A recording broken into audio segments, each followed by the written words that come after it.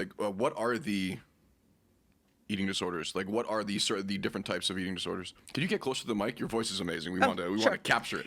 Yeah, so when we think of the eating disorder, so we work from a clinical perspective in terms of our diagnostic manual. It's now the chapter that looks at eating and feeding disorders. Okay.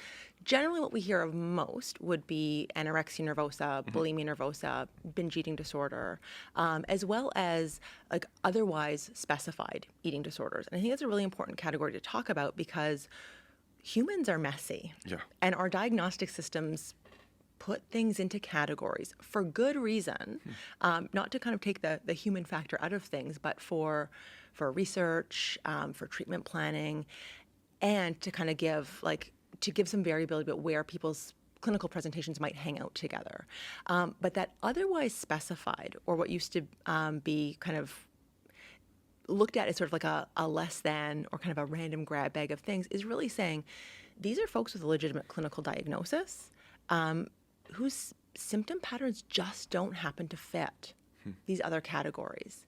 And soapbox moment, one of the kind of things we can specify within that category is atypical anorexia. Okay.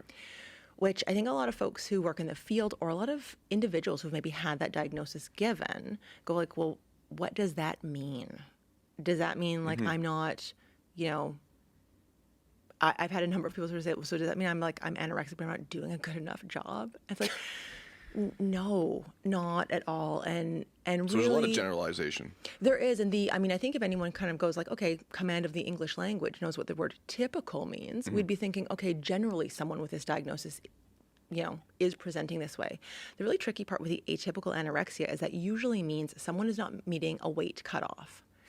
And the really backwards part is most people with a diagnosis of an eating disorder, or an eating disorder, even anorexia specifically, won't be meeting that. So we're saying this is atypical, but it's also the biggest group of these folks. Wow.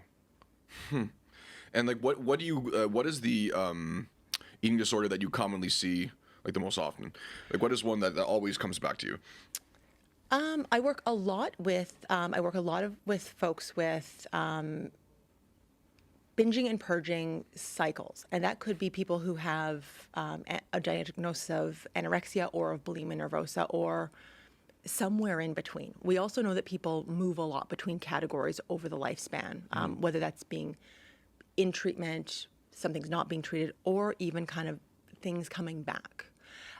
Also, a lot of folks who have binge eating disorder, and that was actually where my dissertation study was a treatment of binge eating disorder in group therapy, and it's only really pulled out to be its own full diagnosis in our most recent volumes of our diagnostic manuals, which is really interesting because rates of binge eating disorder are, I think it's about kind of 3 to 4 times higher than anorexia or bulimia. What causes binge eating?